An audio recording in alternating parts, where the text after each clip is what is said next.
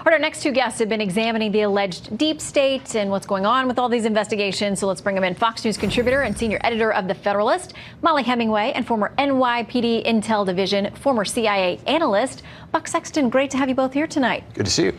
Okay, so we're talking about these two meetings that are going to happen tomorrow, these Intel meetings that are the result of this subpoena from Devin Nunes. And again, just to clarify, we have this list of the two meetings. Devin Nunes' name is in the first one. It's not spelled out in the second one, but the Gang of Eight is in the second one. So it sounds like he was invited to both these meetings. People can quibble about whether or not his name was included, but it sounds like he'll be at both. Buck, what do you think happens in that meeting tomorrow? I think there'll be some progress, but let's understand that the Department of Justice is still going to be deciding with the FBI what is presented at this meeting, and I think that there will still be a lot of unanswered questions afterward.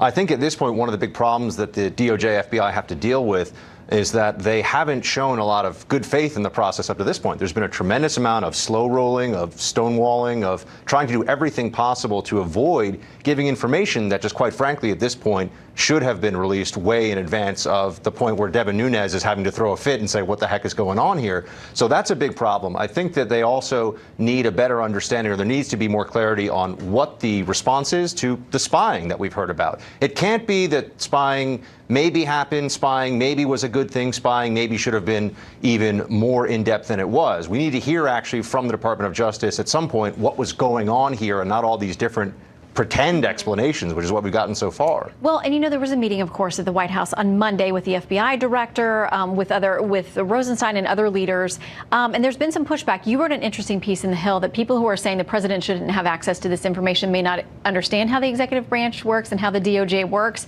But we have Eric Holder, the former attorney general, tweeting more DOJ norms being eroded. Trump, a subject of the investigation, wants access to material related to the inquiry. His congressional supporters want evidence connected to an ongoing investigation. Time for DOJ, FBI to simply say no, protect the institutions and time-tested norms. Oh my gosh. Yeah, I mean, the thing is, they need to understand that the Department of Justice exists under the executive branch. They are accountable to the president. They're also accountable to Congress. And when Congress asks for information, they simply must turn it over. And they have been stonewalling, obstructing, and doing so many things. Just a lack of transparency in general about something that really should have had quite a bit of congressional oversight from the get-go because of its politically sensitive nature. Well, he's not the only one objecting. Chuck Schumer, the Senate Minority Leader, saying this: for the President of the U.S. to pressure the Justice Department to reveal details and documents pertaining to an active investigation of the president's campaign for the purpose of denigrating it is a gross and unprecedented abuse of power. This is still not a fourth branch of government. Everyone can talk about how they don't like this or they don't want the information to get out there. We can also see that very clearly, all of a sudden, oversight is a dirty word. Oversight is now authoritarian, all of a sudden, from all these Democrats who are making these claims.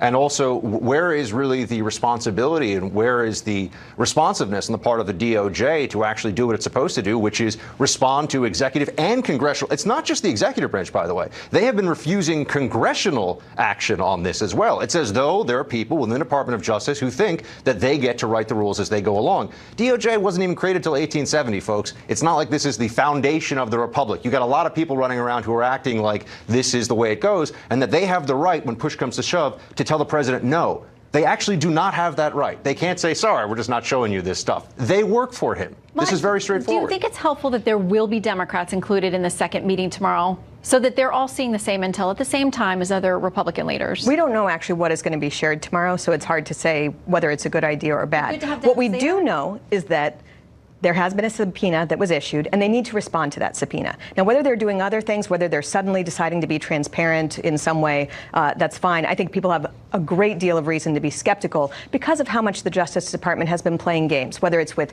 how they're redacting documents so you don't actually know what's going on, how they're misleading people about the nature of an investigation, how they have, we had for a year people claiming that it was ludicrous to think that maybe the Department of Justice was spying on the Trump campaign, and now we're being told, yeah, they spied, it was for their own good, it was totally okay. You don't need to ask any questions. This is an unprecedented situation, or I hope it's unprecedented. And we have so much that we need to know as Americans. If they were doing nothing wrong, which is their claim, then they should have no fear of people learning more about it and learning about the processes and procedures that they used. But at the very least, they need to respond to that congressional subpoena. And that is the norm that is being broken. That is the constitutional norm that is being broken that is most dangerous. Well, in the Inspector General's report, we know a draft is circulating. At least that's what we believe, what we're told. We know that is coming, and maybe it will answer some of these questions that are very pressing. It will also kick open some old wounds, I think, too. I have a feeling that we're going to see some things in there that we're not going to like very much. The more information we get, it turns out it doesn't look good for the DOJ.